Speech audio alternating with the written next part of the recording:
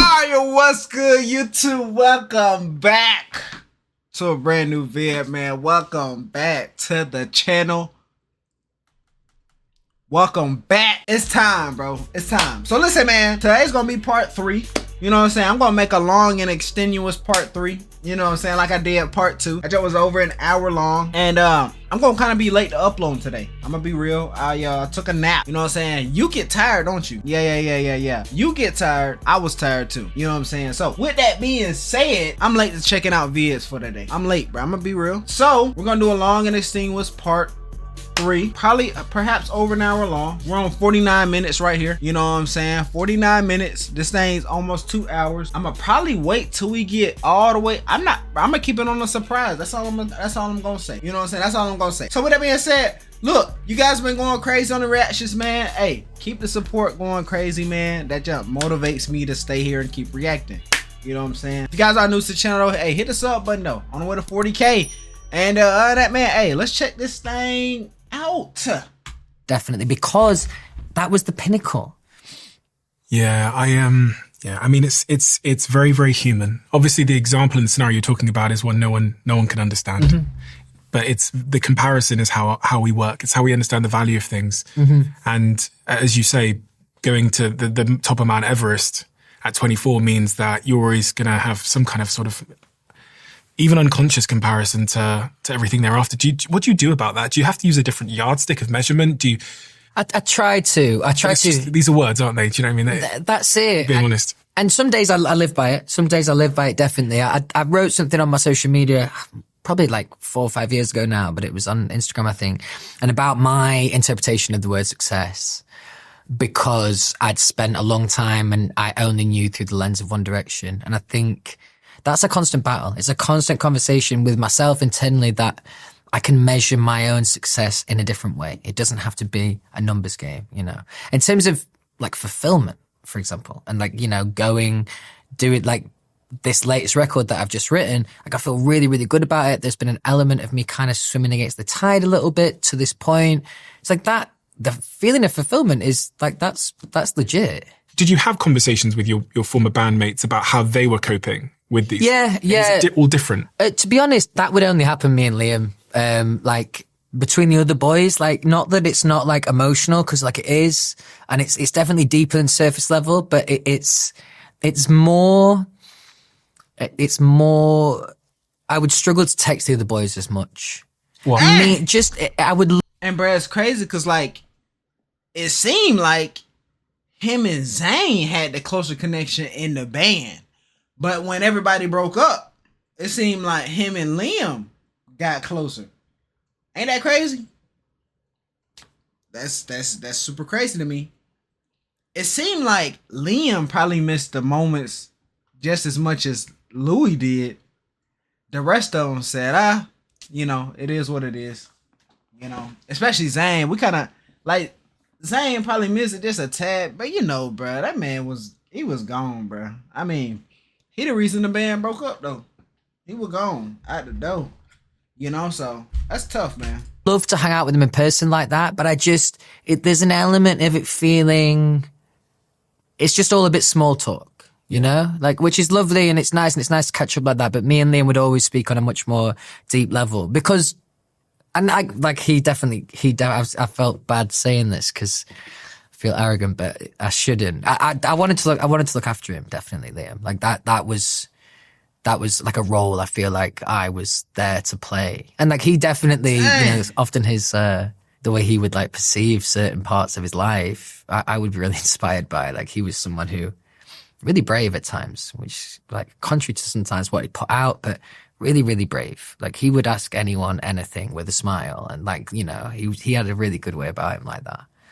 I would say he was the closest to being my brother. Love him deeply, could spend hours and hours and hours with him. But there was an element of always checking in and just making sure that like he's cool like that. Did you worry about him? Always, yeah.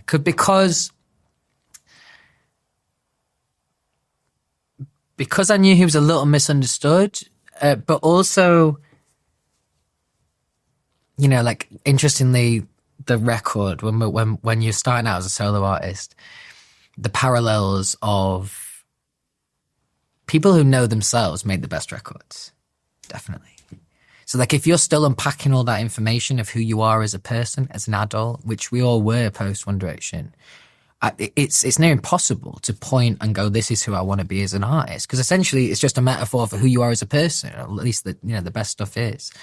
Liam will be someone who candidly I could say to him really honestly, like, bro, fucking hell, like, I miss being in the band. And we could like have a really honest conversation like that. Whereas, and I already know what he finna say. He finna say, he could say that he could be honest with Liam, say he missed stuff being in the band, everything like that. With Liam be like, oh, bro, me too, have a deep conversation. But you had somebody like Zayn or da-da-da, whoop, they'd be over there acting tough. Oh, man, yeah, man, whatever, man, da-da-da. But anyways, man, hey, how was your... da-da-da? I just completely brush over it. I bet you finna say something like that. I don't mean this in any kind of way, but if I'd said that to any of the other boys, I'd be worried that they might think, oh, things aren't going well in his solo life, you know. Does that equate?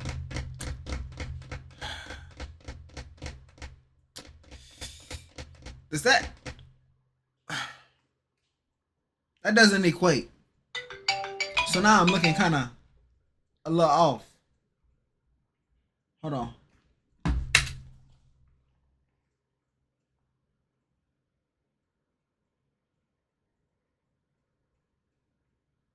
Whoa, you ain't even making no sound. Get your sound back here, bro. But if I'd said that to any of the other boys, I'd be worried that they might think, oh, things aren't going well in his solo life, you know. Hey, bro, hold on. Let me say one more thing. I'm done. Bro, I really do feel like that would be another reason why some people felt like people would try to come back together. They numbers was looking low, so low. Because people had a favorites. But when you got a whole band, you ain't gonna have no favorites. Boom. You ain't gonna have no favorites. Cause bruh, everybody gotta get played. No matter if Harry on the track, this, and no matter if Louis bringing in all the streams, Harry bringing in all the streams, the check gonna get cut the same. But when you're solo, if your numbers looking low, your check gonna be low. If you ain't getting no plays.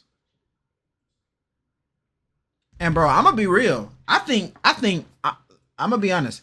That junk might be happening on the Little Mix side. Them girls done broke up.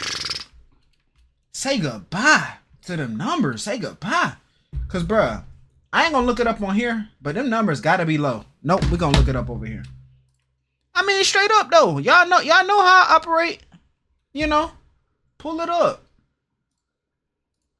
You know, got all this stuff up here. Hold on. We ain't gonna make this be long though. We sure not. 2.8 million. Okay, that's pretty. Perry. Let me see Perry. Oh, she dropped. 1.2 million. Now listen, I'm gonna be real here. This is her latest stuff. I'm gonna be real here. Them is some low numbers, chat. Like I'm being completely real, and I ain't being mean or nothing. Because what's my numbers? If I drop an album, my number's gonna be 100 listeners. What I'm saying here is those are low numbers though. 300K plays, that's super low. And then Leanne, of course, because when she was in the band, people was saying that they ain't really like her because her skin. Bruh, 776,000 monthly listeners? Numbers are low. I'm gonna keep it a buck. Latest release, she released a single. She ain't even released. She released the EP. 1 million, man. Them numbers is low, bro. Yeah, these some low numbers, bro. 600K plays. And she don't even make 1 million monthly listeners. And I don't know if you be knowing, but look, they be paying. How much does Spotify pay? Shit. Per million streams. About 5,000. I remember seeing the rate. It's between 3,000 and 5,000 per 1 million streams, chat. Now, this is what I'm talking about. Little Mix might be going through this, bro. Because when they was as a group, they ain't had these issues. And then we got to check out Jessie, bro. Her trifling self. She might be trifling, though. I don't know. No way her name Jessie Murph. This ain't her. Jessie Murph? That's not her. Hold on, bro.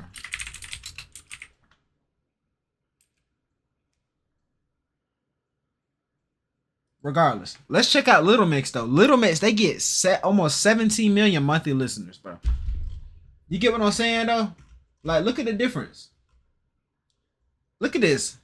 Like, look at their top songs. 781. Man, they was making bank. They still making bank. They getting checks from this stuff.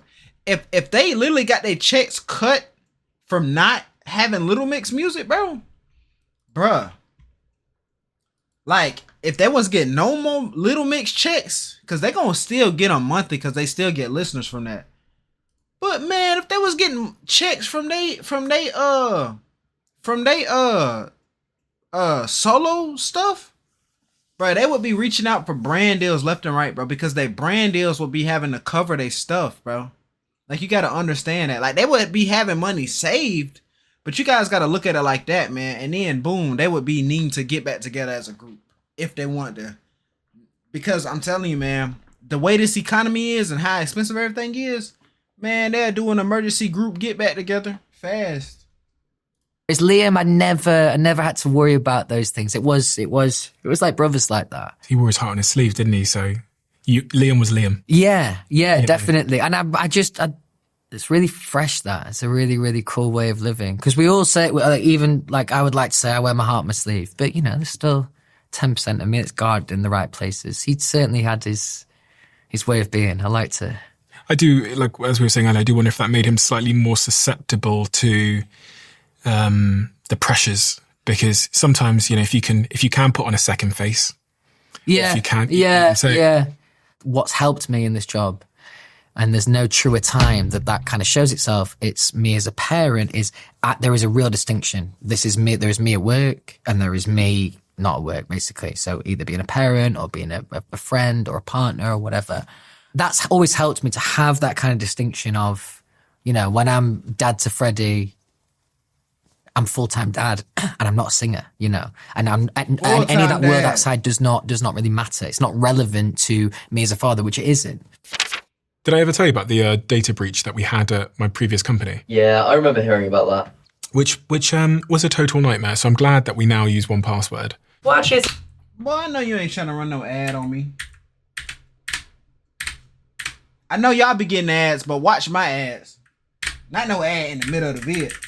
Oh, you got a whole block. You got to go, cuz. You got to go. I've never found more photographs of a person's life in my life. Cute, nice little denim jacket. What do you think when you see that photo? It looks like, it reminds me of a nice time. This one? Yeah, I remember that vividly. We did like a full photo shoot in my living room. Yeah, quite the pose with the hands in the pockets. It's much more nonchalant than I would have actually been feeling. I mean, these ones are all the band photos. I mean, it's just fucking unbelievable. Like looking at some of the... That's San Zero. Shout out San Zero. These ones are all the band photos. That's some legendary times right there. Shout out San Zero. For real. That's the best One Direction ever. Performance ever right there. Best one. I mean, it's just fucking unbelievable. Bruh, San Zero was so good. I checked it out twice, guys. Y'all got to be OGs to remember that. I reacted to San Zero twice. That jump was so good. Like looking at some of the crowds on these images is insanity. Yeah. Oh yeah, my mum took this picture. This was the first picture ever taken of us. My mum took this. Shout out his mom. You look super young. Yeah. That again, yeah. So I was the oldest, 18. Then you got the Harry, Liam, and Niall. They were 16, saying 17. And of course, Yeah, I love that picture.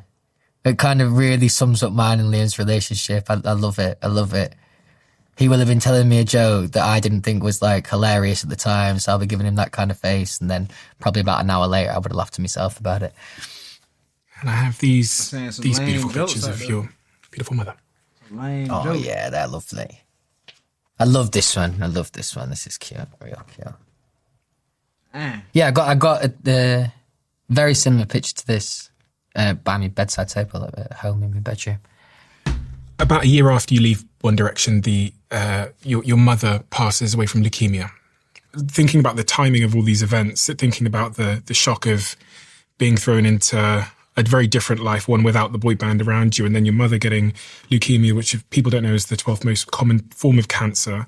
She passes away at age 42. The timing of all these things is quite unthinkable to me because there's so much transition in your life. I'm just terribly sorry. I appreciate you saying that. I don't really have anything else to say other than just understanding what she meant to you and the role she had in your life. I'm terribly sorry. There was definitely, as you said, the timing. Look, obviously, there's no good time for anything like this, but I think the timing, that's what created a bit of.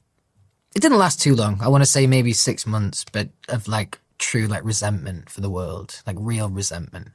Just feeling really hard done by, It's the kind of one thing I remember about grief when you're in the midst of it. You could stub your toe, right? And something like that is utterly unjust. Now, that's something you might have done. Say none of this ever happened. You stub your toe. It'd be annoying, but you just get over it. Little things like that, I really, really struggled with when I was grieving. So it's things that should work a certain way that don't. There's a zip on my jacket that won't quite go all the way up. Real micro, non-important little things. But I think because of the weight of the stuff that had happened, there was a moment in my life, as I said, for about 6 months where it just felt like I couldn't win. And in fact, I could only lose. So that's where even just stubbing your toe, you'd be like, oh, another fucking thing. Now, it sounds stupid to say, but once you're met with when you're met with that kind of mindset of feeling hard done by, the smallest things definitely can amplify that. When did you... And hold on, Mr. Sir. Now listen, bruh, there was a YouTuber, one of my favorite YouTubers, bruh. So he lost his dad, right? His dad was really special to him. He's one of my favorite YouTubers. He lost his dad, like, I think maybe 2 years ago, maybe 3 years ago. I can't remember. But he admitted, bro, that when he lost his dad, bro, he said that he felt resentment when kids, bro, like, this is crazy to say. But he admitted he was sorry, bro. He was crying on camera. But he said when he would go in the stores, he would feel resentment and stuff. I don't know if I'm using it right, but he would feel resentment and stuff for kids and people who would be with their dads because he didn't have his dad at the time and they had theirs. That's crazy. But he felt like this for a few months, after his dad had passed, and all I can say is like, that's crazy because, that's some crazy stuff because whenever you lose a parent, I guess it really makes you go down that dark hole, so, really rest in peace to his mom though. It's really sad out here. It's really sad. And, I hope I don't never gotta go through that. I really hope I don't gotta go through that. Some sad stuff. And I know some of y'all out here watching, man. Some of y'all parents done, passed away. God bless y'all, for real. Hear that she was sick. I got friendly with a footballer called Jamie Vardy, and he'd invited me to his wedding. So I was at the wedding, and now it was like the party afterwards, and it was like 10 p.m. At this point, I'd already had quite a few vodka Red Bulls, which was not ideal for the weight of the conversation. My mum called me. I was stood outside. It wouldn't have been out the ordinary for my mum to call me, so I wasn't worried or anything like that. She called me like most days, if not every day. And then she told me, and like what it's like, anything like this in life, when you hear something like that carries any kind of weight, like the first 10 thoughts are either it can't be true, maybe she's got it wrong, maybe the doctors have got it wrong, just all these stages of denial of before actually, even embracing the thought. It wasn't kind of really like me. I didn't even feel like it was like a cry for help at the time, but that night I got absolutely battered. I got really, really drunk. There'll be nights where, you know, and this has been nights in the past where I'll have a little bit too much to drink.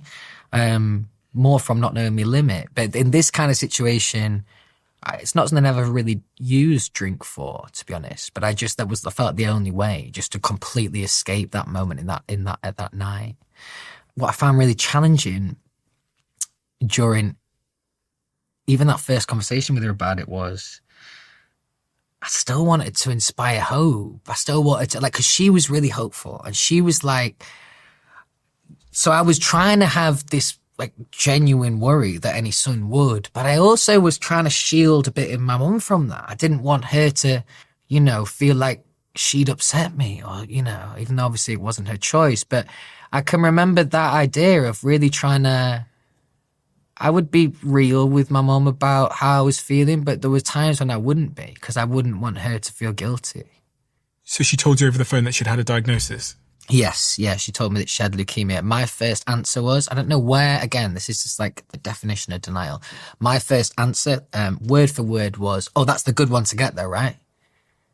Dang! Meaning that has the most... He ain't even know. Nah, bro, leukemia got something to do with your lymph nodes. I know, like, your lymph nodes is like right up in here somewhere, you know? Leukemia. Hold on, I might be talking crazy. Hold on, bro. Where is your leukemia?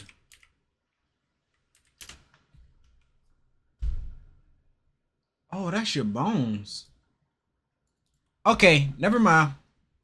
I thought that was your lymph nodes. I'm thinking of something crazy. Yeah, don't clip that. A survival rate.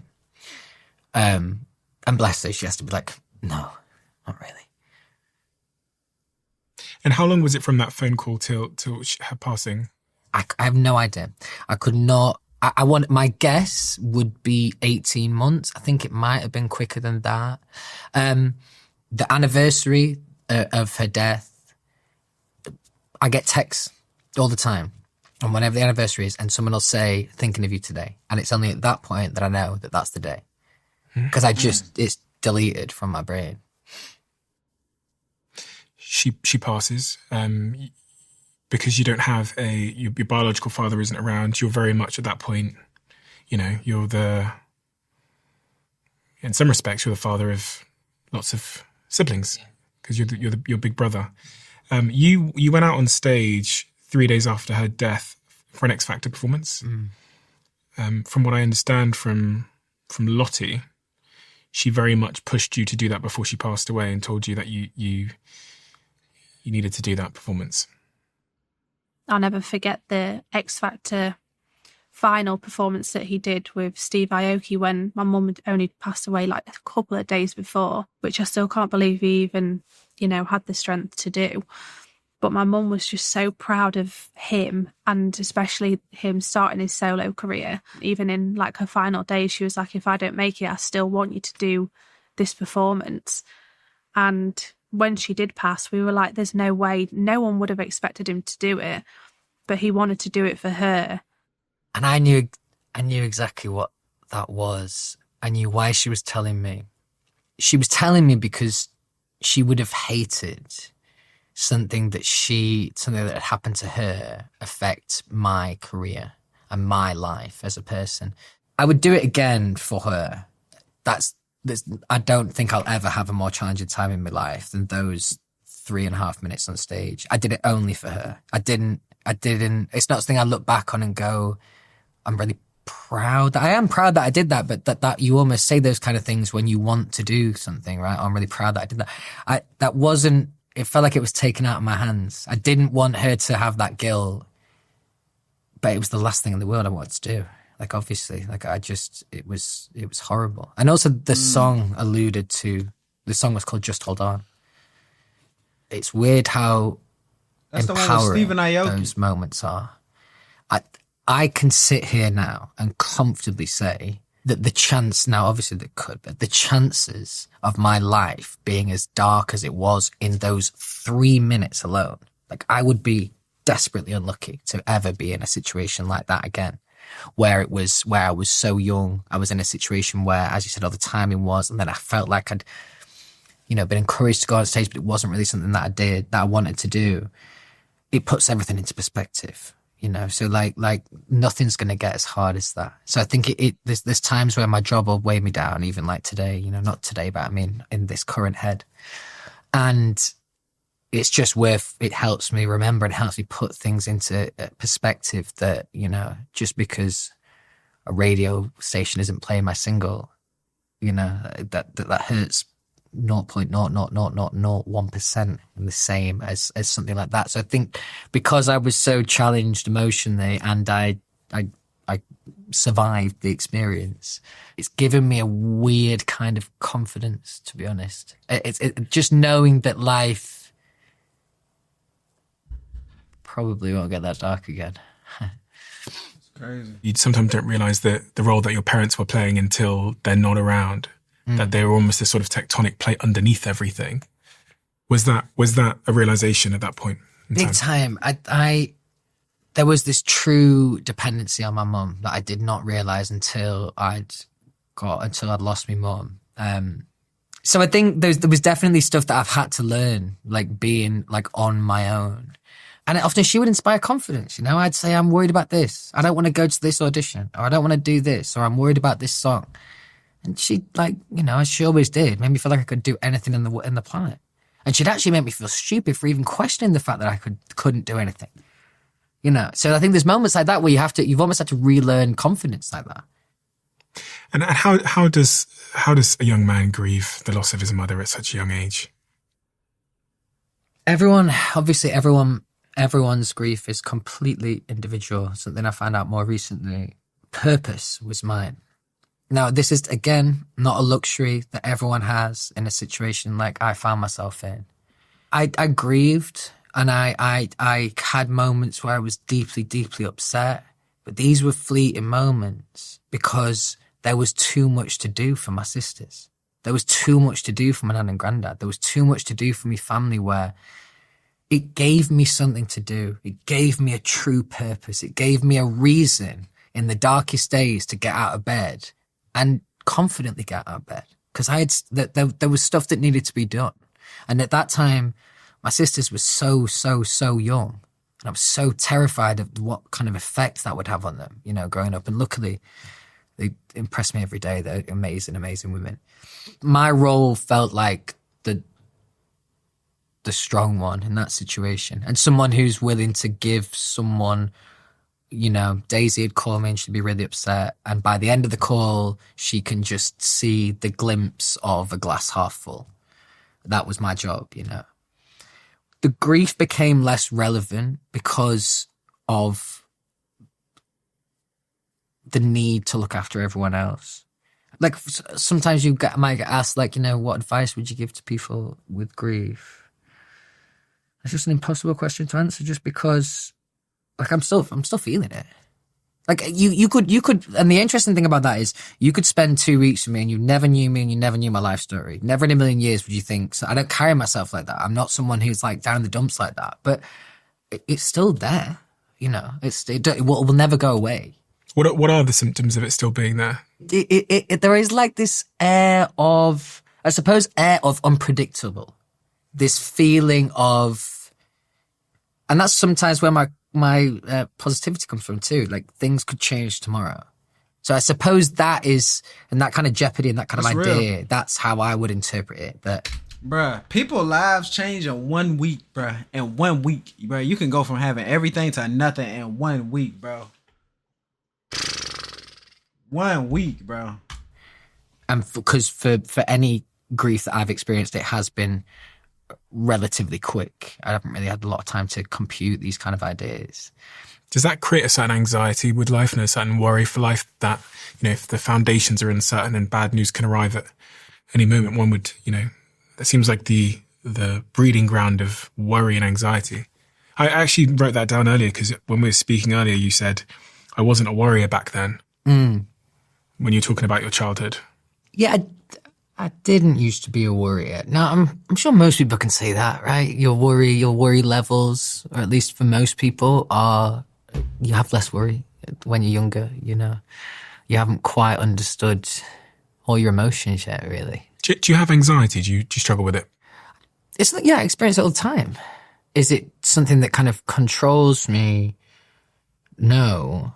You know, I'm sure you've heard about this. My vocal coach always used to say to me that the feeling of being anxious and excited are near identical in feeling. And that was something that always kind of stuck with me, really, because not always, but like a lot of like stuff that feels really good can be quite intimidating beforehand, you know. That it was an anxiety that comes with doing something that is out of the ordinary, I suppose. I can distinctly remember, not so much now, but on the first tour, like I would literally, before going out on stage, I'd literally, as futile and as ridiculous as it is, I'd think to myself, like, how do I run away from this? Like, how could I literally run out the door and not do the gig? So maybe that would be a version of anxiety. That man was gonna run it off didn't with stop the me getting up there and bag. doing it, I suppose. Hold on. You was gonna run off with the... Bruh, Lou is gonna be the ultimate runner-off now. That would have been tough now. I'm not gonna lie. Now, I'm not gonna lie.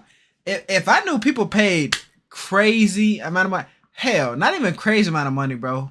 But if I knew people came... You gotta understand, people be driving... If people can't afford to fly, they will drive to extremities to come see you play. I mean, you hear about it all the time. People come to see their favorite artist perform.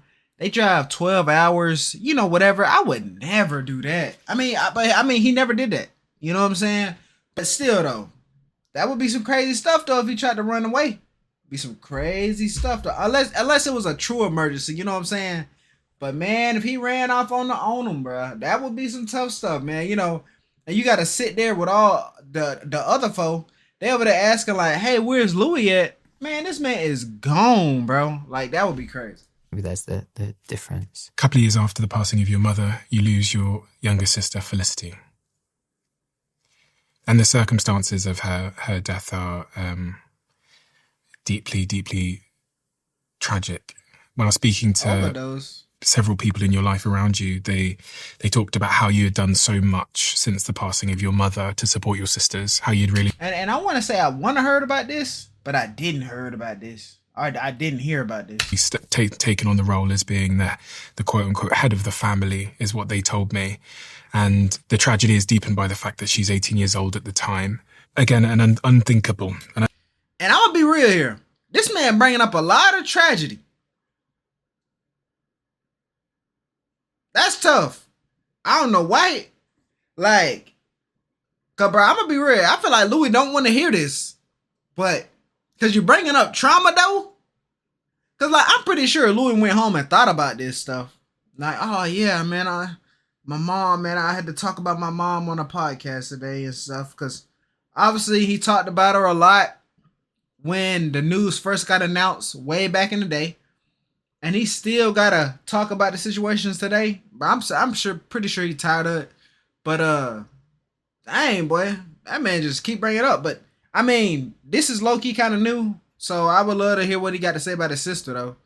Not new, because I think I heard about it before. But you guys get what I'm saying. Unthinkable tragedy for one person to go through in their life, but for you to go through two of these things in succession is... I mean, I don't have the words. Yeah, that was kind of what I was speaking about before, that moment of stubbing your toe and that kind of aggravating you. That was just like that idea accentuated. I just couldn't believe, I couldn't believe how deeply unlucky we've been as a family. It was just, now, you know, maybe it's not overly uncommon. People that you lose parents young and obviously struggle to deal with a bit at the time. I felt angry at life, and I felt angry mostly on behalf of my family. Now, it wouldn't be, like, obviously I would know that I was included in this idea, but I wouldn't be thinking, what have I done to deserve this? It was more, Daisy and Phoebe are so young. They've already had and Lottie as well, already had so much to deal with. Why this and why now? It did feel incredibly, incredibly unfair. That's something that's interesting about grief, is just how different each thing feels. Because that definitely, it hit me in a different way. I mean, it was completely sudden and immediate. again, one of the most challenging moments of my life. So I'm sat in my house in London and everything was like fine. I was a little bit worried. I've been worried about Felicity for the months prior, as I was worried about all my sisters. And I was just sat in my front room, smoking a joint, not thinking about anything really. And then the doorbell rang at like 1 in the morning or something, or maybe like midnight. And I had this feeling come over me straight away. And I'm not really this kind of guy where on another day, I might have been worried that the police were coming to grab me weed, but it wasn't like that. I just that man had the gas on deck. He had the gas. This man Louis had the gas because he was scared that the police was gonna grab the weed. But he had a lot of gas on him, though. I'm gonna be real. He was worried about that. He had a lot of gas on him. That's all, bro. Another day, I might have been worried that the police were coming to grab me weed, but it wasn't like that. I just had this thing come over me straight away, and I knew it was bad. I knew that, look, when someone rings your doorbell at that time, it's rarely good news.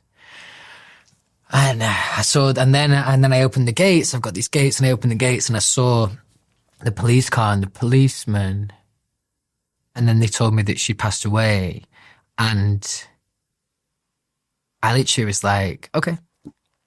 Right. I can't tell you why, because it was only me and my best friend and my ex-girlfriend at the time. So it wasn't like a pride thing of me being like, okay, like I'm cool, I'm fine. Not only was I in denial at that moment, like I just refused to even compute it. It was just like, okay, cool. And then I remember and he might not admit it. The reason he was probably feeling like that and he just okayed it, this dude was high. He was gone, bro. And when you on the gas, I've never got high before, by the way, guys. But from what I heard, when you're on the gas, you work very calm. So we heard the news. I mean, it sounded like he didn't even get his high blown, because from what I heard, when you get so high, when something tragic happens, your high can get blown. His high wasn't even affected, nothing. I ain't gonna say he didn't care or whatever, but his care sounded like it was at like not at a high rate, So that's kind of tough, but regardless, he was just too high. I mean, I'm gonna be real, he was just high.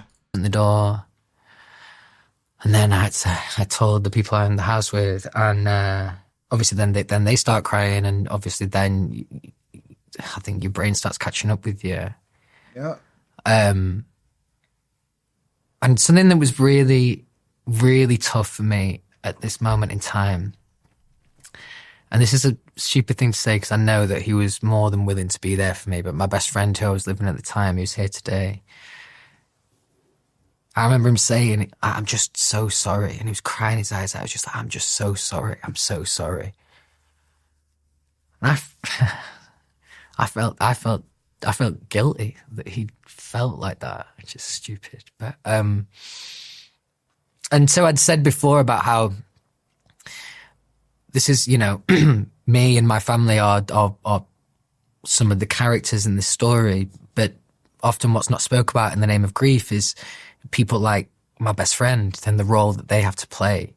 Now, these are not trained therapists. These are not people who've had any kind of reference of this kind of pain. And all you're doing as a best friend there is actually demanding or just praying, hoping that they give you something in return that will not change the reality, but just, be there for you or whatever. And that, nothing prepares you in life for those kind of situations. That's something that I will forever, ever be in debt to him for. Because, yes, this is an unfathomable, it's a really impossible situation for me and my family to have found ourselves in. But there are other people at play too, and I can only imagine how hard that was. And he knew how hard it was for me and how I just lost my mum. And there are no words, right? I'm sure you're just scrambling your brain trying to find the words, and there isn't any. Also, bear in mind everything that I've said before this. if I was to dumb my role down to like one thing in life, I'd maybe say like to look after people. Well, like in the context of my sisters, the protector, right? To lose my sister in the manner that we did, even though I knew that it wasn't fair on myself, like I felt utterly guilty. I felt powerless, and I felt like I'd let my sister and like I'd let my mum down, really. My mum said to me, in like last couple of weeks of her life, she was like, you better promise me you look after your sisters. And I'm like, yeah, of course, I will. And she was like, but specifically Felicity, she's fragile. I felt like I'd failed her at the time. That's the truth. I know now that I didn't, and if she was here now, she would say that you didn't. But yeah, it doesn't change the feeling, and that's again, that's always been the role I played in the family. So, and all I was trying, bro, like no disrespect, but like she kind of OD'd, and like the only way he could have look after her is if he had her in his eyesight the whole time. You know what I'm saying? All I was trying to do after my mum was just put me and my sisters and my grandparents in a bubble and just like, nothing's going to get to us, So that it sounds like a really arrogant thing to say. I mean this more metaphorically, but it truly undermined me. It undermined all the hope that I'd had, all these kind of ideas that I was instilling post a life without our mum. It just kind of undermined all those ideas. It made it a lot more challenging for me to say them and feel them and believe them. But it's the same with my sisters, So it just made everything, obviously, infinitely more difficult. The only thing I'm thankful is that my mum wasn't around to see that, because that would have been horrible for her. But I actually learned this from being around Liam. When someone is struggling with their own demons per se, unless you've been around someone who's really struggling, you probably don't understand how helpless it often feels. And in hindsight, it's, someone that's not been in those situations thinks, well, you just go over there and you sit with them and have dinner and then you fix it, you just stay. But actually the reality of helping someone who's struggling is they often do things in private and in secretly. You referenced, you knew that Felicity was struggling with something. Was that the passing of your mother that she was struggling with, or was it life generally? I think it was a bit of both. I think obviously mum passing definitely amplified any of those things. But I think with Felicity, she was one of these people that she was uber intelligent from a young age, really, really, really intelligent, which is ironic because I'd say we're a relatively smart family, but she was like in her own league. Really, really intelligent woman. And I think that brought its own like social frustration for her. Definitely, you hear these people that are like intelligent from a young age. She would always have felt like she was on the outside looking in, but only because of like her intellect, really. And that's tough for kids when they're younger. Definitely, it's not something I can personally relate to, but I can imagine how that would be really alienating and tough. Felicity was probably the most like me mum. So that also carried its own weight because it felt, I'd say Felicity looked the most like my mum as well, like visually. I mean, she's yeah, it's crazy.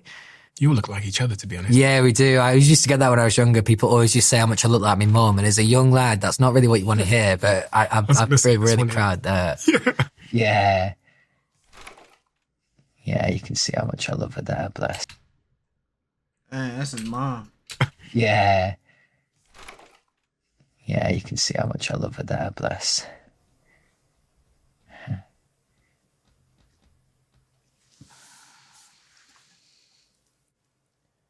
You see, he just print them out just to make it. Oh yeah, he's gonna get sad about this one. Like, what are you doing, bruh? Like, bruh, on me. If I get an interview with an artist or somebody, bruh, I would not bring up they past. I would not do it, bruh. I've alluded to some of this stuff in the past. Not really ever spoke about it in depth like this. And part of the reason for that is, and this is the correct forum and it makes sense, but part of the reason for that is I can't think of anything worse than being, what's the word? If someone like this was talking to me about this and I had not experienced that, I'd feel really sorry for them, naturally. I don't like that. I don't like those feelings. I don't like those ideas. I appreciate that it's weighty and people should, of course, feel sorry. But I think the reason that I'm always quite selective of when I talk about it is because I cannot have that define me. I can't. It's not fair to my family. It's not fair to Felicity. It's not fair to my mum. Like, I can't. And, you know, the problem is if we walked out of here and we just happened to get papped, right? In the article that the Daily Mail print, every single time they will write about this stuff, you know, like every single time. It could be me and you going to get a coffee and then, you know, they do that thing where it's like a 20% new article and then they just fluff out the rest of the 80% with basically the narrative that they want to push. But that's something that I can't escape, and I find that really frustrating because I'm not someone who is a glass half empty kind of guy. I don't want those kind of feelings and emotions. I empathize and understand with anyone hearing these stories. Of course, maybe you would feel bad for me. But I think my biggest worry in these kind of things is to not be defined by it. And an example of that would be when I released a song called Two of Us, which was a song that was written essentially about my mum's passing. Yeah. And I didn't realize by releasing that song how, A, it would open the floodgates to have many people kind of, you know, put a lot of their trauma on me as well, which is okay. But also creating this thing where anyone just feels like they could ask anything then. So I remember going on to BBC Breakfast News. And it's one of those things. I thought he was calling me. It's fucking early morning slot. Like, not even thought he the was. want to be there. Never mind me at that time. I'm not good with early mornings. Anyway, so I'm going on to talk about Two of Us, the single. Now, we distinctly said, you know what it's like. You know, these are the things that are okay to mention, and do not mention these things. Now, if I was going to go on and talk about what the song was about, then fair enough. You know, that's one thing. But I actually had a journalist at the time who asked me directly about those things, and I'd known that we'd said don't. Now, it's very different to be, like, sometimes on that list we might have don't speak about One Direction. Like, that this is not what I've got a problem with. But when someone's had their own grief and you're still then going to ask those kind of questions, I think I found that really, really troubling. And I think what was interesting was I left the interview, and I used to be good at this when I was a bit younger, and I obviously took to Twitter and was like, never fucking working with the BBC again, blah, blah, blah, blah, blah. Mm-hmm. And he came back at me, this journalist. He said, well, if you write a song about grief, expect to be asked about it. And my instinctive reaction was, there's somebody who hasn't experienced grief. They couldn't possibly have. Because 100%. If they had, they wouldn't make such a horrible, horrible comment that just lacks all kind of empathy. So I think it's those kind of moments where I'm quite guarded with this kind of information, just because I think, as I said, I think a lot of people, if I never spoke about it, I don't carry myself as someone that looks like they're really hurting. At least I hope I don't. I don't think I do. Do you know what it sounds like a crazy thing for me to say, but I had no idea. Okay, right, yeah, okay, yeah. So we met at Soccer Aid. Okay, right. I had no idea. That. Okay, that makes me feel good, actually. And, you know, it's just me being honest. I had no idea. I'm not someone that, I don't really read newspapers. I don't stay close to tabloid stuff. I had known Liam, but Liam hadn't spoken to me about these things. I'd met you, we'd hang out for a couple of days at Soccer Aid. I had no idea.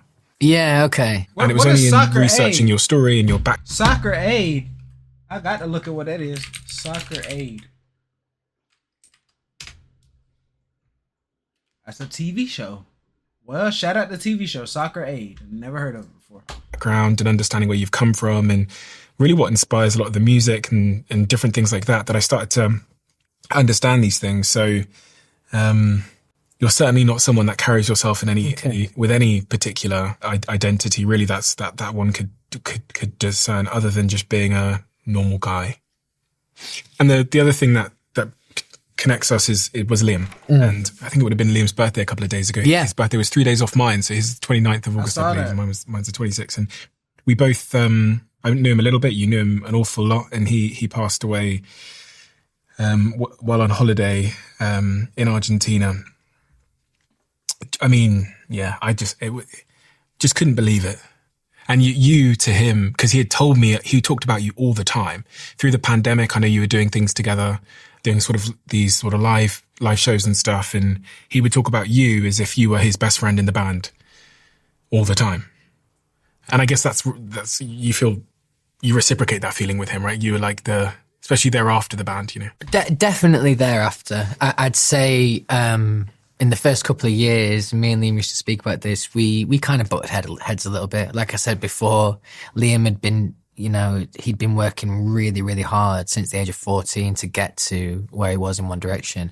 My journey wasn't like that. So there was definitely, if I wanted to do something and I might be going out late at night and then Liam might say something along the lines of, we've got a photo shoot at 9 o'clock in the morning tomorrow. We never saw eye to eye on those kind of things, because I'm just like, well, I've got this amazing opportunity, so I'm still going to go out and, party or whatever. But I think Liam, he came from a very, very sensible point of view, but mostly because he'd given so much more time and energy to it by that point. Like as I said, yes, it was my third audition, but really they weren't too taxing, the moments of the rejection. I just got on with it and got through it, and it was fine. The only time X Factor was relevant to me was the times when I was auditioning those days. Whereas Liam, it became his life from 14 right up until 16. He'd sang at West Brom Stadium before any of us had done anything. When I put my post up about him. Yeah, I saw that. It was glitchy. By the way, when I put my post up about him, West Brom Stadium before any of us had done anything. What was that? Yeah, y'all saw that? Look at this. Look, watch this now. Look, he's glitching in the Matrix. Look at this. Any of us had done anything. That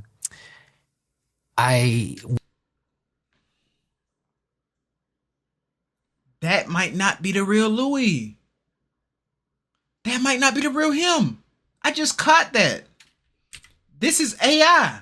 Any of us had done anything. When I put my post up about him, and by the way, it's so utterly challenging that, there are just too many words and too many memories. It could just be infinite. The post, I really wanted him to be remembered the way that he should be remembered. But this, I could just go on and talk all day about how amazing he was. But I think we all looked up to him. If we were, I don't think I would have been brave enough to say at that age when I was in the band. I think I would have had too much pride. But we all looked up to him massively for the reasons that I just stated. He was vastly experienced before any of us had done anything. He was also the safest pair of hands. In every sense of the word. So vocally, interview, music video, whatever it would be. And he'd be working and doing it. He would always be the safest pair of hands, where maybe if me and say in the back, either smoking a joint or doing something stupid, Liam would always have his eye on the ball, which ironically created more space for when you've got someone who's willing to pick up the pieces and you've got young lads don't reflect and go, oh, I can see he's picking up a lot of the pieces, I'm going to do a bit more for him. Well, no, you just see that. My role in the band might have been to be disruptive and have conversations with record labels or management or whoever. And that was for me to be disruptive and go against the grain. Liam's role was the opposite, but equally, if not more important, to just keep everything going, and be that safe pair of hands of keeping everything in check. That's why from a very young age, he was called the sensible one in the band, which I also don't think will have done him loads of favours mentally either. He was wildly misunderstood. Big time, man, big time. And oftentimes people maliciously misunderstood him, Yeah. which was hard. You know, it's hard. I don't know if I have the right words for this, but if you knew Liam Payne and then you went on the internet and saw the way that he was described when, you know, certain moments in press, there was that interview he did in LA and things like that. Yeah.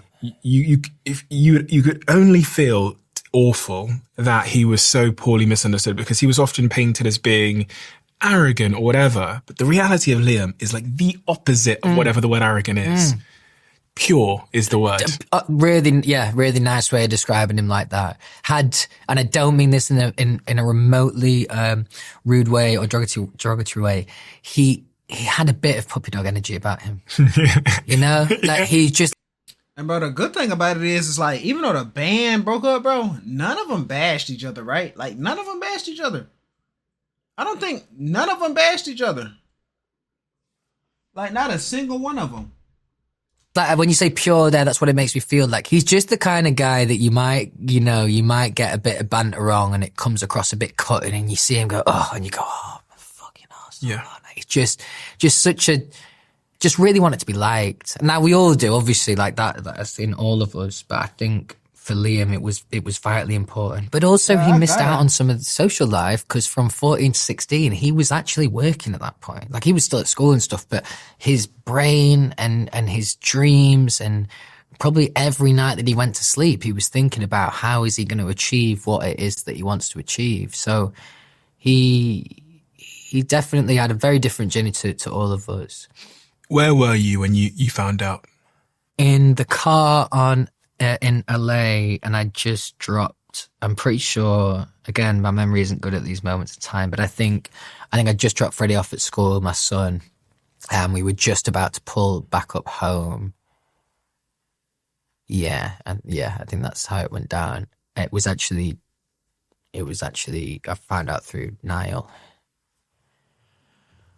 He told me, and then I think he said, Niall said something like along the lines of, have you seen the news? And I knew as soon as he said that, kind of knew what it might meant, what he might have meant. I had the same feeling that I had with Felicity, you know, and I think anyone has this when they're around someone who's struggling. Dang, so they knew Liam was struggling too, but I didn't even know Liam was struggling though.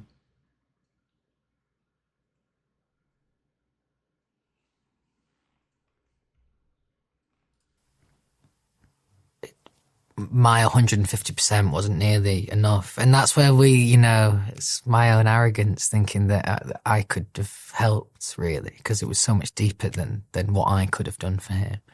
He was definitely struggling at that time in his life. And a lot of people said this, and it really resonated with me. It just, he never, if he could just see, just for 5 minutes, just live in your head or my head and see how we perceive him, he would be so shocked. He would be like, honestly, but like, even the fact that you two were friends and I didn't know about that until you mentioned it at Soccer, or maybe he mentioned it loosely. He would have loved that. He would have loved that. You would have been someone definitely that he would have felt really like proud to know, you know, and like, because you come from also a very credible space, and that's something that was always really important to Liam. Business very important to Liam. So the fact that you saw him, like, that would have meant the world to him, definitely. He very, very misunderstood. But I think also the fact that he was misunderstood is because he was, like I said before about all of our solo endeavors.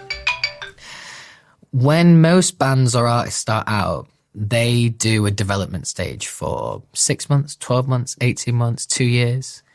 We had to do this development in the public eye post being in One Direction. Liam was still working so much out. So the fact that he might have been a bit misunderstood, you can't, you know, there's some things that people definitely can be judged for. But in terms of him occasionally coming across like that, you can't even judge people on looking because they just see what they see. But in reality, that's just someone navigating almost in the way that if you went down to university and just people watched for 2 months, you would see some stuff, you know, that of people that were struggling with some things and whatever, or, you know, complete walking contradictions. You'd see someone in the first year who says that they swear by this brand and they'll never wear this brand, and the next year they'll be wearing said brand. When we're at that age, we're all still just working it out. So there's so much room to be misunderstood because you don't know yet, you know. And I think that was a tough thing for all of us, is working out who am I outside of Liam in one direction, Louis in one direction. Who am I and what does that look like? And that question's intimidating, really, really intimidating. You lose a friend there, but you also... Anyways, that is going to do it for the reaction, man. Like I said, hope you guys do enjoy. And it looks like part 4 is going to be the last part. But yeah, man, it looks like I will drop part 4 for you guys tomorrow. And yeah, man, that is going to be it. And I want to make this part an hour for you guys because you guys have been enjoying the reactions. You guys have been supporting the reactions. And I'm not gonna lie, reactions recently have all been dope. I've been enjoying them. I've been enjoying the comeback. I just been enjoying the content that I've been pumping out, man. So with that being said, man, appreciate you guys all that for supporting. You guys been going crazy on the vids. Appreciate you guys for supporting. I will catch you guys in the next one, man. You guys be safe out there, man. Hey, other than that, man, hit the subscribe button on your way out. On the way to 40K. You guys should know me by now, though. But if you guys are new, man, hit that sub button, though, for sure. And other than that, man, hey, it's been more quality care. Care them out the stain. Peace out. Love you guys.